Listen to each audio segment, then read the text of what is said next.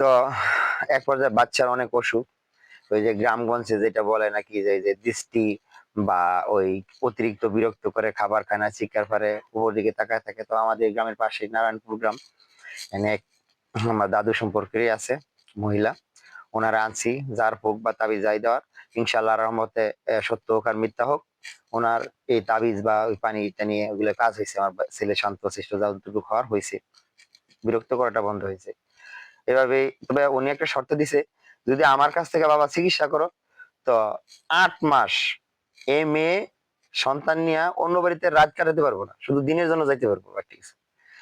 আমি বলছি যে দেখেন তাদের বাড়ির সাথে এমন ঝগড়া, এখন যদি তাদের বাড়িতে বাচ্চা না দিয়ে এসে যার বাচ্চা তার সাথে কথা বলে, তখন মারিয়ার সাথে উনি কথা বলছে, মারিয়া এই জিনিসটা অ্যাকসেপ্ট করছে। অ্যাকসেপ্ট করার পর বলছে হ্যাঁ আমি যাবো না। তো 8 মাসের ভিতরে যাইতেছে না, তারা কবিরাজি এই সে কে বালের কবিরাজ, নানান কবিরাজ, তার দাদি আবার একটা কুহুরি কবিরাজ, উনি উনি মানুষের কুহুরি কবিরাজি করে থাকে, বিভিন্ন সংসারের যে ঝগড়া টগড়া এই সেই লাগানো স্বামী স্ত্রীর মধ্যে, এই জিনিসগুলো মূলত উনি করে, কারণ সোফান ইজবা তো উনি। তো যাক, অনেক সংগ্রাম, অনেক ত্যাগ তিতিক্ষা, মোটামুটি 2023 সাল শেষের 21 সাল শেষের পথে ওইদিকে আমি সিঙ্গাপুরের আইপি লাগাই। এখন প্রশ্ন হয়েছে আমার যাওয়ার সময় হয়ে যেতেছে, তারও 8 মাস শেষ হয়ে যেতেছে গা। তো হ্যাঁ, এক পর্যায়ে তার বাপের বাড়িতে গেল, যাওয়ার পরে আসছে একদিন একদিন থাইকা, পরে আর সময় হয়েছে আমি চলে গেছি। তারা আমার সাথে কোনো মিট করে নাই, ওই আগের ঝগড়াটা যেটা রয়ে গেছে, আমি তাদেরকে না বললেও, যেহেতু আমারে বলে না কিছু না, নানান জায়গায় সমালোচনা করে আমি খারাপ এই সেই বিভিন্ন ধরনের প্রলোচনা, চায়ের দোকানে তার মা, এরা আসলে মহিলা মাবদুর বাড়ি, তো যা ইচ্ছে তাই আর কি, তাদেরকে কেউ কিছু বলতে পারে না। আর আমি যেহেতু প্রথমে ঠিকানা বলে গেছি, তা অবশ্যই আপনারা খুব ভালো করে জানেন বুঝেন ওই ফ্যামিলিটা কেমন। নলিফোলার শেখপাড়া না কি বলে, মসজিদের পাশে বাড়ি।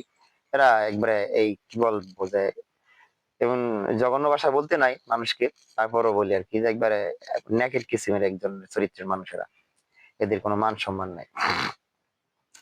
যাওয়ার পর খুব কান্নাকাটি। আমি আবার ঢাকায় লা মেরিডিয়ান যে হোটেলটা আছে, লা মেরিডিয়ান, হয়তো 4 স্টার বা 5 স্টার, এখানে 10 দিন থাকি প্রাইভেট প্রকল্পে। তারপর জানুয়ারি 12 তারিখে সিঙ্গাপুর যাই।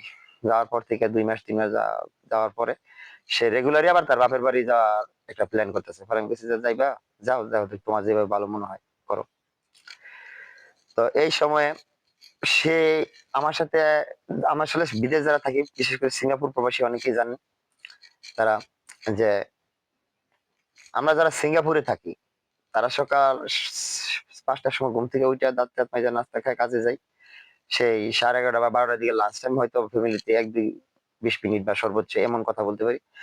মূলত রাত 10টার পরে আমরা একটু লং টাইম সময় দিয়ে কথা বলতে পারি, আর ফাঁকি দিয়া পানি খাওয়ার জন্য, টয়লেটে যাওয়ার জন্য এই ফ্যামিলিতে একটু যোগাযোগ করি।